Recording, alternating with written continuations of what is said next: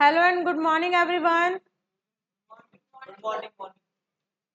तो आज की क्लास में हम चैप्टर नंबर फर्स्ट डिस्कस करेंगे। इसका नेम है nature and significance of management.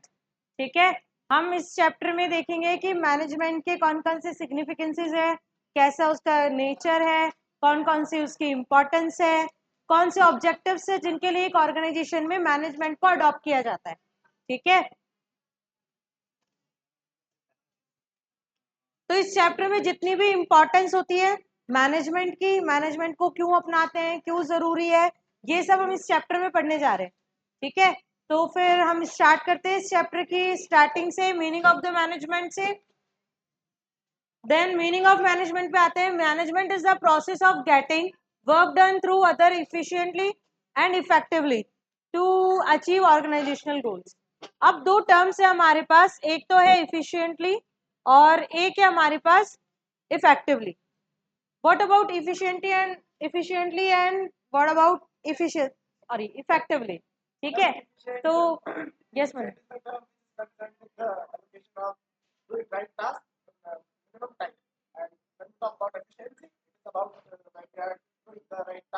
Come here, come here, come here, come here,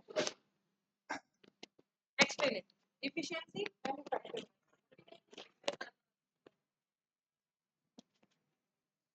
Efficiency efficiency is the term which is concerned with the doing right task in minimum time. And when we talk about effectiveness means that doing right task in minimum time, and efficiency means that we are doing our task and completing our goals in minimum cost, like production of our products, like and any commodities. Production increases with minimum cost. That's called efficiency.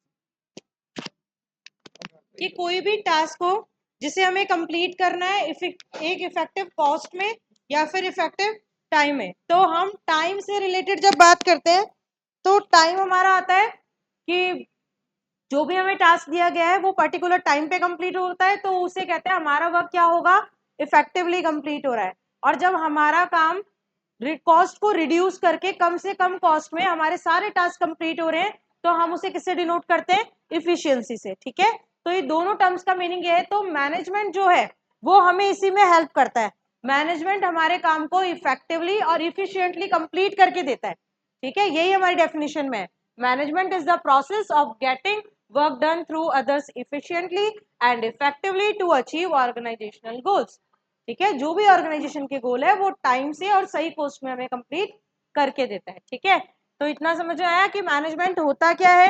तो अब हम कुछ पढ़ेंगे कि इसके characteristics कौन से हैं, है ना, कि कुछ तो फीचर्स होनी चाहिए, कुछ तो कैरेक्टरिस्टिक्स होने चाहिए जिसकी वजह से हम इसे अपनाएं हमारी कंपनी के लिए। तो हमारा जो फर्स्ट है वो है गोल ओरिएंटेड। तो management is a goal oriented process. Why? Management always works to achieve specific goals. Management हमेशा एक ऑर्गेनाइजेशन में सिर्फ गोल्स की अचीवमेंट के लिए ही अडॉप्ट किया जाता है। ठीक है, तो जब एक ऑर्गेनाइजेशन एक सिंगल गोल के लिए वर्क कर रहा है तो मैनेजमेंट भी उसी गोल के लिए वर्क करता है। तो इनडायरेक्टली जैसे एक ऑर्गेनाइजेशन गोल ओरिएंटेड है, वैसे सिमिलरली एक मैनेजमेंट भी क्या होता है, हमारा गोल ओरिएंटेड प्रोसेस होता है। ठीक है, नाउ नेक्स्ट जो हमारा है ऑल परवेसिव। ऑल परवेसिव का मीनिंग है कि हर जगह। तो it is needed in every organisation big और स्मॉल, कि कोई मैटर नहीं करता कि हमारे ऑर्गेनाइजेशन का साइज बड़ा है छोटा है, कम कैपिटल लगा के स्टार्ट हुआ है, कम वर्क करता है, या फिर हमारा नॉन प्रॉफिटेबल फर्म है या प्रॉफिटेबल फर्म है। ठीक है, वॉट एवर जो भी हमारा ऑर्गेनाइजेशन है, एक ऑर्गेनाइजेशन में चाहे वो किसी भी टाइप का हो, सही तरह से वर्क करने के लिए किसकी नीड होती है, मैनेजमेंट की नीड होती है। विदाउट मैनेजमेंट कोई भी वर्क सक्सेसफुल नहीं होता। ठीक है, तो ऑल परवेसिव का मीनिंग समझ में आ गया कि ये हर जगह हर ऑर्गेनाइजेशन में वर्क करता है। फिर है मल्टी डायमेंशनल। तो मैनेजमेंट सिर्फ और सिर्फ एक ही डायरेक्शन में वर्क नहीं करता।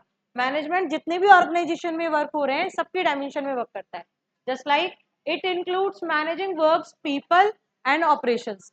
कि वर्क रिलेटेड भी मैनेजमेंट मैनेज करेगा, जितने भी लोग ऑर्गेनाइजेशन में काम कर रहे हैं उन्हें मैनेज करेगा, एंड देन ऑपरेशंस को क्या करता है, होल्ड करके रखता है, मैनेज करता है। फिर आ जाओ हमारे कंटिन्यूअस प्रोसेस में।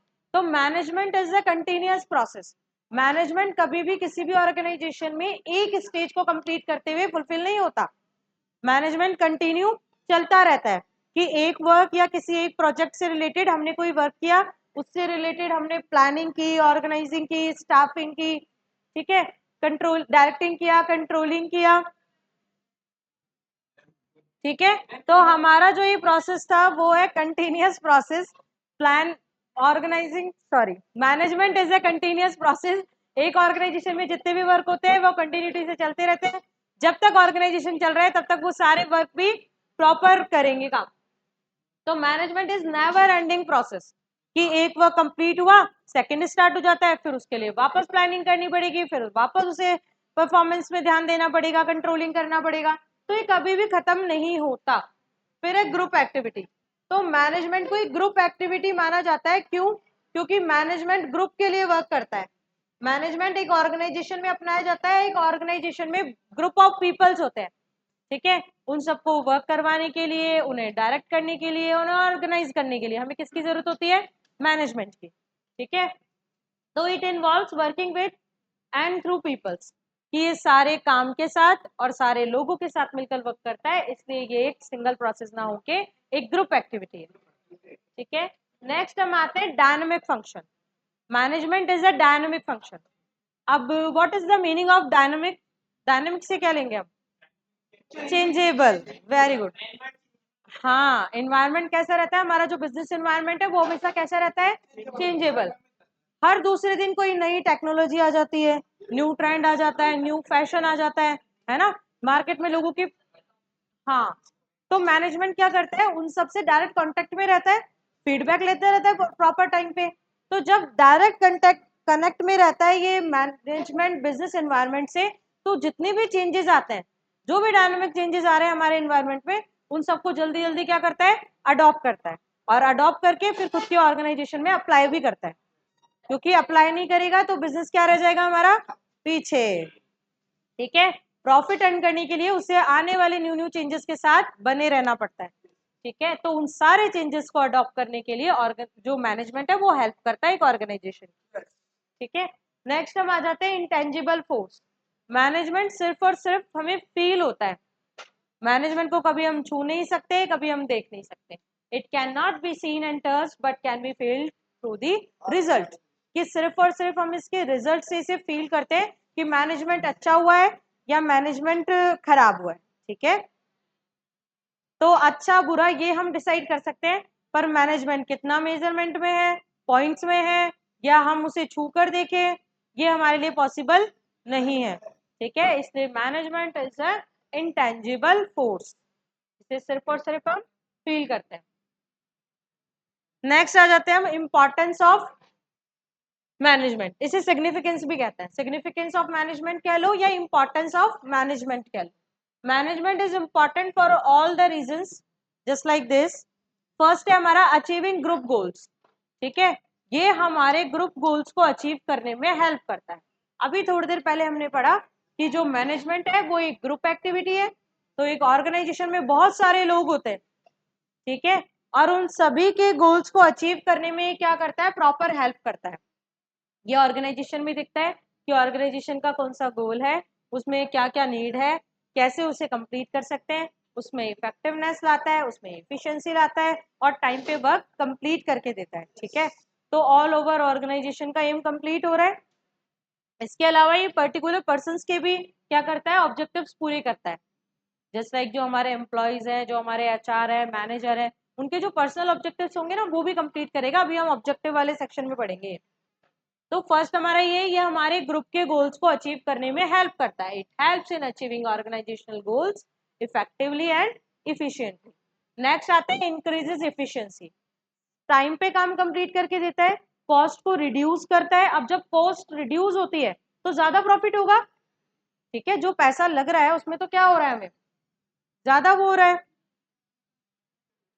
जब हमारे सारे वर्क टाइम पे कंप्लीट होते हैं, कॉस्ट कम कॉस्ट में या सही लिमिटेड कॉस्ट में कंप्लीट होते हैं, तो हमारे वर्क में क्या आती है? इफिशियंसी आती है, ठीक है। हमारी कॉस्ट रिड्यूस होती है और कम कॉस्ट में हम ज्यादा प्रॉफिट अर्न करते हैं। तो मैनेजमेंट हमें इसी चीज में हेल्प करता है, हमारी कॉस्ट को कम करने में हमारी क्या करता है, हेल्प करता है, और हमारे वर्क्स को टाइम टू टाइम कंप्लीट करके देता है। It ensures best use of resources. एक तो ये ऑप्टिमम यूटिलाइजेशन ऑफ रिसोर्स का मेन पार्ट है। मैनेजमेंट ही एक ऐसा प्रोसेस है जो ऑप्टिमम यूटिलाइजेशन ऑफ रिसोर्स सही तरह से इस वर्क को कर पाता है। Like man, money, material and time, इन सब का सही फॉर्मेट में यूज करके हमारी कॉस्ट को क्या करता है, रिड्यूस करता है। नेक्स्ट हम आते हैं क्रिएट्स डायनामिक ऑर्गेनाइजेशन। अभी थोड़ी देर पहले हमने पढ़ा था कि एक कैरेक्टरिस्टिक है कि जो मैनेजमेंट है, management is a dynamic process, या जो भी डायनामिक एनवायरनमेंट में या फिर जो भी बिजनेस एनवायरनमेंट में चेंजेस हो रहे हैं उन्हें इजी टू अडॉप्टेबल होता है। ठीक है, तो यहाँ वही तो इंपॉर्टेंस है कि ये हमारे वर्क में क्या ला रहा है, जो डायनामिक चेंजेस हो रहे हैं उनके अकॉर्डिंग हमारे वर्क को स्टेबल कर रहा है। It helps the organisation to adopt to changes in the environment, कि जो भी एनवायरनमेंट में चेंजेस आते हैं मैनेजमेंट उन्हें इजी टू अडॉप्ट करता है और अपने ऑर्गेनाइजेशन में अप्लाई करता है। ठीक है, तो ये हो गया क्रिएट डायनामिक ऑर्गेनाइजेशन। जब वो डायनामिक एनवायरनमेंट के अकॉर्डिंग वर्क कर रहा है तो हमारा ऑर्गेनाइजेशन भी डायनामिक बनेगा। फिर आ जाते हैं हम अचीविंग पर्सनल ऑब्जेक्टिव। अभी थोड़ी देर पहले बात हुई कि ग्रुप गोल्स की, तो ग्रुप गोल्स में तो क्या कर रहा था, पूरे ऑर्गेनाइजेशन का ऑल ओवर गोल क्या है उसके ऊपर वर्क कर रहा था। पर मैनेजमेंट ये भी देखता है कि भाई हमारे जो पर्सन है, जो भी हमारी कंपनी में वर्क करे, जस्ट लाइक हमारे एम्प्लॉयज, मैनेजर्स, टॉप मैनेजर्स, वो उनकी पर्सनल नीड्स भी क्या क्या है। कोई तो पर्सनल बेनिफिट के लिए वो जॉब कर ही रहे हैं, या सिर्फ कंपनी के लिए ही काम करते हैं वो। हाँ, लैंड परचेज करना हो गया, कार परचेज करना हो गया, मोर अर्नी हो गया, कि वो क्या करेंगे, अर्न मनी, उनका ज्यादा प्रॉफिट कमाना है या उनका घर बनाना है। हमारा आदित्य का सपना है कि वो कौन सी कार लोगे, मर्सिडीज लेगा भाई हमारा आदित्य। ठीक है, तो आदित्य तो इसीलिए जॉब करेगा, बिजनेस करोगे।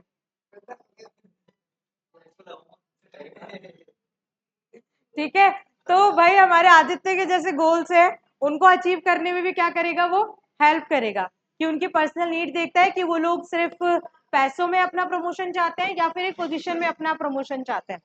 ठीक है, ठीक है, तो चलो हम आगे बढ़ते हैं। नेक्स्ट जो हमारा पॉइंट है वो है हमारा, जैसे हमने ये पढ़ा था पर्सनल ऑब्जेक्टिव में हेल्प करेगा, तो वो देखता है कि भाई पोजीशन चाहिए या पावर चाहिए या फिर पैसे चाहिए, तो इस तरह वो क्या करता है, खुद को ऑब्जेक्टिव्स को अचीव करने में हेल्प करेगा। नेक्स्ट है हमारा development of society. It provides quality goods and services which improve the standard of living. ये हमारी सोसाइटी का भी क्या करता है, डेवलपमेंट करता है। सॉरी, एक मैनेजमेंट जो है वो इन्वायरमेंट के अकॉर्डिंग वर्क करेगा, इन्वायरमेंट में जो भी नीड है वो देखता है, तो इनडायरेक्टली इन्वायरमेंट में है कौन, सोसाइटी में है कौन, वो लोग, रहने वाले लोग ही तो है जो हमारा सामान परचेज करेंगे। तो उनकी नीड्स जब फुलफिल करनी होती है उसे, या फिर उनके लिए कोई न्यू न्यू इनोवेटिव आइडियाज लेके आए, न्यू प्रोडक्ट्स लेके आए, तो वो कौन लेके आता है, एक ऑर्गेनाइजेशन ही तो लेके आएगा, और उसमें वर्क कौन करेगा, मैनेजमेंट वाले। तो मैनेजमेंट वाले कुछ ऐसी न्यू न्यू इनोवेटिव चीजें लेके आते हैं मार्केट में, जिनसे हमारी सोसाइटी का लिविंग स्टैंडर्ड इंक्रीज होता है। ठीक है, वो लोग अच्छी अच्छी चीजें यूज करने लगते हैं, कम कॉस्ट में उन्हें अच्छी चीजें मिलने लगती है। ठीक है, तो इनडायरेक्टली उनका जो लिविंग स्टैंडर्ड है वो भी इंप्रूव होता है, और वो लोग क्वालिटी ऑफ गुड्स यूज करते हैं। नेक्स्ट हम चलते हैं हमारे ऑब्जेक्टिव्स के side.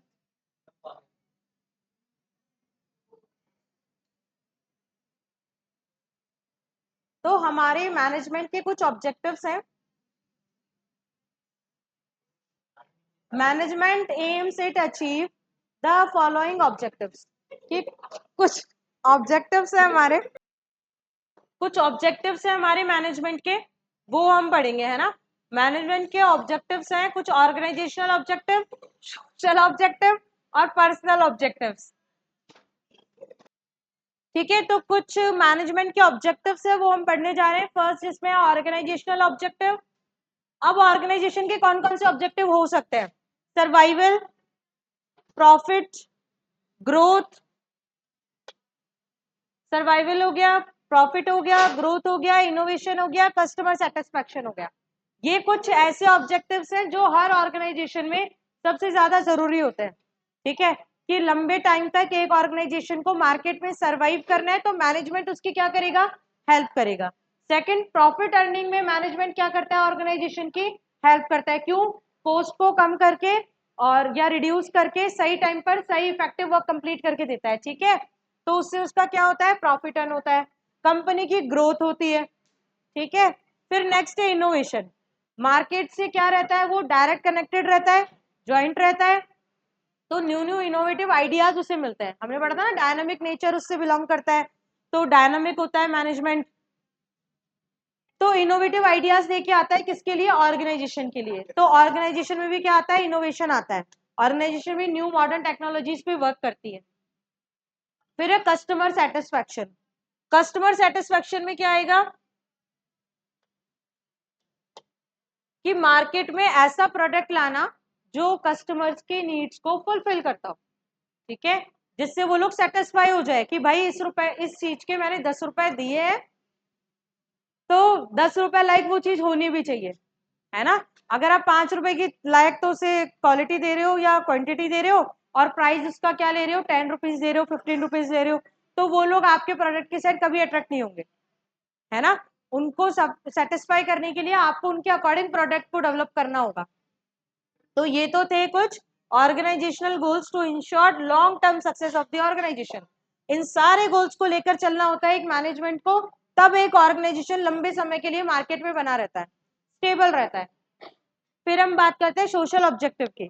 Providing quality products and service, following ethical practices, protecting environment और वेलफेयर ऑफ सोसाइटी। अब ये सोसाइटी के लिए है, तो सबसे पहला जो है, हमें कौन से प्रोडक्ट मार्केट में लाने हैं, क्वालिटी प्रोडक्ट। ठीक है, जिनसे कोई नुकसान ना पहुंचे कस्टमर्स को या सोसाइटी को। फॉलोइंग एथिकल प्रैक्टिसेस, सारे रूल्स और रेगुलेशंस को, या गवर्नमेंट ने जितने भी रूल्स रेगुलेशंस बनाए हुए उन सबका हमें क्या करना है, फॉलो करना है। फिर प्रोटेक्टिंग एनवायरनमेंट, एनवायरनमेंट के लिए भी जैसे हम लोगों की सेफ्टी को ध्यान में रख रहे हैं, वैसे ही इन्वायरमेंट की भी सेफ्टी को हमें क्या रखना है, ध्यान में रखना है। कोई भी ऐसा प्रोडक्ट नहीं बनाना है जिससे हमारे इन्वायरमेंट को नुकसान पहुंचे। जैसे अभी थोड़े दिनों पहले वो प्लास्टिक बैन हो गया था, है ना, पॉलिथीन वगैरह बैन कर दी है, वैसे हाँ, पर कुछ लोग तो हैं ही, वो तो करेंगे, उनका थोड़ी कुछ बिगड़ रहा है। फिर उसके बाद वेलफेयर ऑफ सोसाइटी, कि सोसाइटी के वेलफेयरनेस के लिए क्या करना, वर्क करना, उनके लिए न्यू न्यू स्कीम्स लाना, उनके लिए सही प्रोडक्ट मार्केट में लाना, उनके लिए सही फेयर प्राइजेस लेके आना, ठीक है, और सही डील्स लेके आना। That to balance organisation goals with the social responsibilities. ये लास्ट हमने 11th क्लास में भी पढ़ा था कि एक ऑर्गेनाइजेशन को अगर खुद की वैल्यू मार्केट में इंक्रीज करनी है, या स्टेबल रहना है, या बैलेंस करते हुए चलना है, तो उसे अपनी सोशल रिस्पॉन्सिबिलिटीज को भी फुलफिल करना होगा, है ना। पूरा चैप्टर पढ़ा था हमने सोशल रिस्पॉन्सिबिलिटी वाला। फिर है थर्ड, पर्सनल ऑब्जेक्टिव्स। अभी थोड़ी देर पहले हमने बात की कि हम घर लेना चाहते हैं, हम कार लेना चाहते हैं, हम एक कंपनी में एम्प्लॉय हैं, तो हमारी इतनी सैलरी होनी चाहिए। तो वो हमारे सारे कौन से हैं, पर्सनल ऑब्जेक्टिव्स हैं, जिसमें फर्स्ट है अर्निंग फेयर सैलरी, कि हमें मिनिमम या मैक्सिमम जो हमारी सैलरी है, जितना हम वर्क कर रहे हैं उसके अकॉर्डिंग हमें मिलनी चाहिए। ठीक है, 10 आवर वर्क कर रहे हैं, 12 आवर वर्क कर रहे हैं, 8 आवर वर्क कर रहे हैं, उतनी सैलरी हमें मिलनी चाहिए। फिर है जॉब सेटिस्फैक्शन। ये नहीं है कि जॉब पर हम जा रहे हैं तो वहां पे हमारी कोई वैल्यू नहीं है, रेस्पेक्ट नहीं है, ठीक है, हम उस जॉब से सेटिस्फाई नहीं है। जब तक एक पर्सन या एक एम्प्लॉय अपनी जॉब से सेटिस्फाई नहीं होता है, तब तक वो अपना 100% कॉन्ट्रीब्यूशन ऑर्गेनाइजेशन में नहीं देता। ठीक है, इसलिए उसके पर्सनल ऑब्जेक्टिव्स का फुलफिल होना बहुत ज्यादा जरूरी है। फिर है पर्सनल ग्रोथ, कि उसकी स्किल्स, टाइम टाइम बहुत सारी ऐसी कंपनीज है जो इंटर्नशिप कराती है, और जो भी नया कोई कंपनी, सॉरी, जो भी नया कोर्स आया है कोई स्किल रिलेटेड या डेवलपमेंट रिलेटेड, अपनी कंपनी में वो लोग अरेंज करवाते हैं, है ना, ताकि जितने भी एम्प्लॉयज हैं उनकी स्किल्स डेवलप हो। तो इस टाइप की कुछ ग्रोथ, या फिर उसका प्रमोशन, ट्रांसफर, ठीक है, ये भी पर्सनल ग्रोथ में ही काउंट होता है। फिर अपॉर्चुनिटीज फॉर डेवलपमेंट, ये स्किल्स में काउंट होगा। ठीक है, कि धीरे धीरे काम करते हुए उसकी स्किल्स में भी क्या हो, डेवलपमेंट हो, और उसे अप्रिशिएट भी किया जाए time to time. To help employees achieve their personal goals, कि जब ये सारी चीजें फुलफिल होती है तो एक पर्सन के पर्सनल गोल्स कंप्लीट हो जाते हैं, और वो अपने ऑर्गेनाइजेशन गोल्स में 100% देता है अपना। ठीक है, तो आज की क्लास में हमने कैरेक्टरिस्टिक्स ऑफ मैनेजमेंट पढ़ा, मैनेजमेंट की डेफिनेशन पढ़ी, देन इंपॉर्टेंस ऑफ मैनेजमेंट पढ़ा, और लास्ट में हमने पढ़े ऑब्जेक्टिव्स ऑफ मैनेजमेंट। ठीक है, इतना सब हमने आज की क्लास में कंप्लीट कर लिया है ऑब्जेक्टिव्स तक। और इसके आगे का जो बचा है, जैसे लेवल ऑफ मैनेजमेंट हो गया और कोऑर्डिनेशन हो गया, इंपॉर्टेंस ऑफ कोऑर्डिनेशन हो गया, वो हम इसके सेकंड पार्ट में कंटिन्यू करेंगे। ठीक है, thank you so much class आज के लिए। Bye-bye.